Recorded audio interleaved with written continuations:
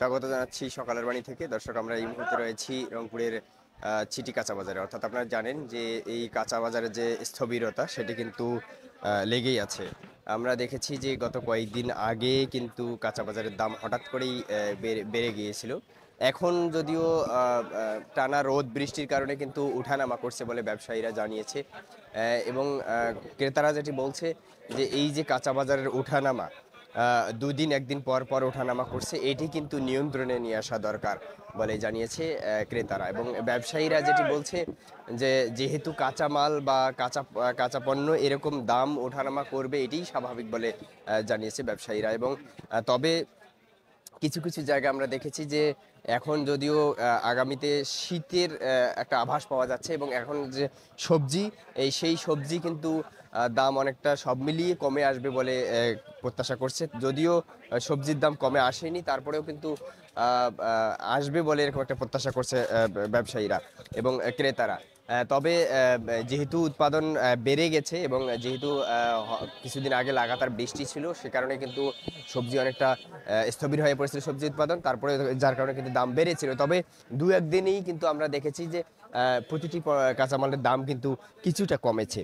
এবং ব্যবসায়ীরা যেটি বলছে যে এই দাম কমার পিছনে কিন্তু শুধুমাত্র উৎপাদনই না, এখানে যে বাজারের একটি সিন্ডিকেট থাকে, যেহেতু বৈষম্য বিরোধী আন্দোলন চলছে, সেই আন্দোলন চলাকালীন সময়ে কিন্তু সিন্ডিকেট নিয়ন্ত্রণে অনেকেই কাজ করেছে। বৈষম্য বিরোধী ছাত্র আন্দোলন, ছাত্ররা থেকে শুরু করে অন্য যারা সচেতন মানুষ, তারা কিন্তু সবাই কাজ করেছে। আমরা যদি আপনাদের একটু এই কাঁচা বাজারগুলোর দামগুলো একটু বলি, যে আজকে কিন্তু পেঁপে 20 টাকা কেজি, বেগুন 40 টাকা কেজি, করলা 69 টাকা কেজি, কাঁচামরিচ কিন্তু 140 টাকা কেজি, তরাই 20 টাকা কেজি, মূলা 20 টাকা কেজি, শশা 28 টাকা কেজি, পটল 40 টাকা কেজি, কাঠিনাল আলু 80 টাকা কেজি, শিল আলু 56 টাকা কেজি, ঝাউ আলু 69 টাকা কেজি, আদা 200 টাকা কেজি, রসুন 200 টাকা কেজি, পেঁয়াজ কিন্তু 100 টাকা কেজি। তবে পেঁয়াজ কিন্তু ইন্ডিয়ান যে পেঁয়াজগুলো রয়েছে সেগুলো কিন্তু 56 টাকা কেজি বলে বেচতেছে বলে জানিয়েছে।